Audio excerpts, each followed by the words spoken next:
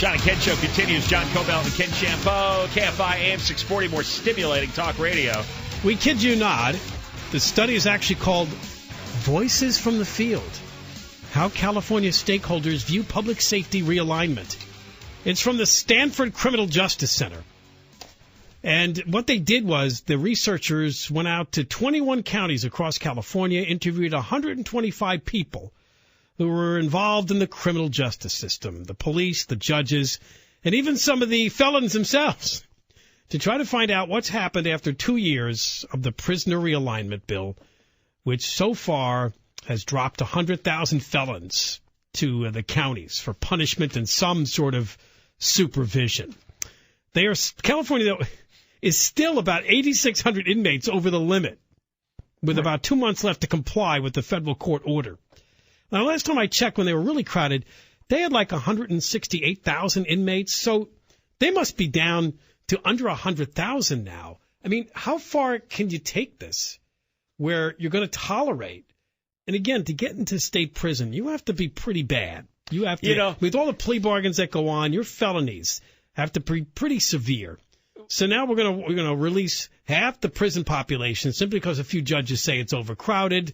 Who cares about public safety, right? As long as the inmates there ought to be have room. I mean, you already had that poor 10-year-old girl in Northridge who was who was sexually assaulted in such a horrendous manner by a guy who got a break from this prison realignment. Tobias Summers. Tobias Summers. You know, that stuff is going to happen more frequently. It's going to hit some kind of tipping point, just like with Polly Klaas 20 years ago, and there's going to be a rebellion among people. People are going to say, enough of this, and you're going to get a proposition on the ballot to force them to build more prisons. That's what has to be done. You got to get a proposition that mandates more prisons be built, because that's the only solution to this. There have been talk of other lawsuits. We already mentioned that the crime rates have gone up. Jail conditions in the more than 30 counties with overcrowded lockups. Jails. Now, remember, jails are the local prisons. Prisons is a term reserved for the state system. Jails are what the counties have. And jails across the state weren't designed for long-term stays. So other problems crop up.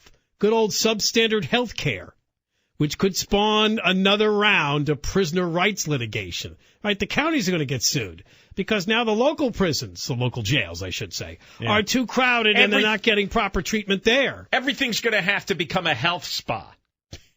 It's so perverse and sick. Who were we talking with the other day? That writer for the City Journal, Heather McDonald. And now you have you have these state-of-the-art hospitals for medical treatment and mental health treatment that you have in no other state in the nation, and it's still not enough for these judges. It's still not enough for these activist lawyers. Here's more. As the local jails fill up with more serious offenders who would have gone to state prison under the old system, guess what? Some counties have stopped prosecuting people for low-level crimes. In Sacramento, for instance, suspects who commit certain theft crimes and low-level drug offenses aren't even charged. That's nice, isn't it? There you go. Well, that could also explain why some of the theft rates are going up. Here. Jerry Brown's lawless California. Oh, wonderful. He dumps so many prisoners into the county jails that the local prosecutors say, hey, we're not even going to prosecute because we can't put them away anyway. Well, that's progressive, isn't it? That's progressive and civilized to have bad guys get free rein to steal things. And here's one for the goody goods from this report. In a perverse effect of realignment, many offenders actually manage to dodge drug treatment and other rehab programs by choosing to do straight time behind bars.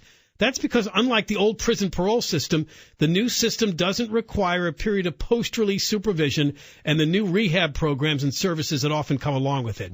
Everyone who opts only for jail serves a minimum of half their sentence.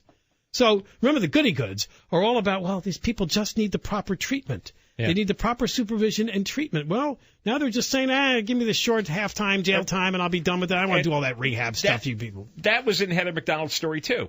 They looked at 23 rehab programs. 22 out of the 23 studied did not work. One burglar rehab program in England they thought had some merit.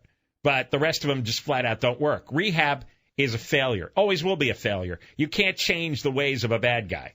It's impossible. And that's what the criminals are saying here. They're like, you know what?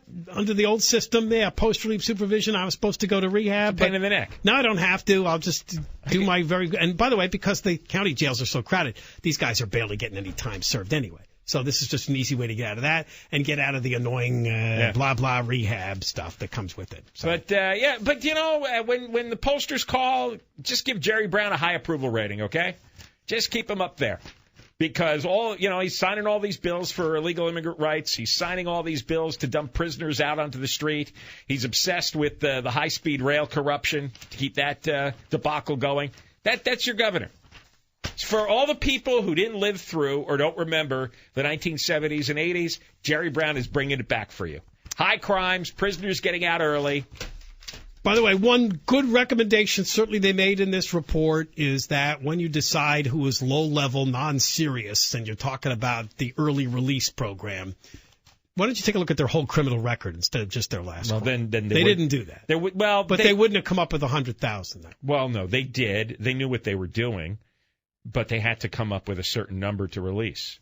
So they just rigged the system. They intentionally rigged the system. Right, that's what I'm saying. Yeah. I'm saying they had to do that in order to get tens of thousands of prisoners released. If they had looked at their whole criminal record, because as I mentioned, to be in state prison, you have to be a pretty serious felon. And you probably have a long criminal record. They couldn't work out a plea deal with you to avoid that kind of jail time. You're the worst of the worst. This is what you get. You elect an idiot clown for governor. Like we've had 3 idiot clowns in a row. You have this idiot clown legislature, supermajority. This is what you get. Now, you tell me there isn't a single politician in the state that can't run against Jerry Brown's record? You can't run against that? Does that imply they're a smart clown since you're calling them idiot clowns? Huh? Well, I didn't want to denigrate the entire clown industry. Because just specifically the idiot clown segment. The John and Ken Show, John Cobell, Ken Shampoo.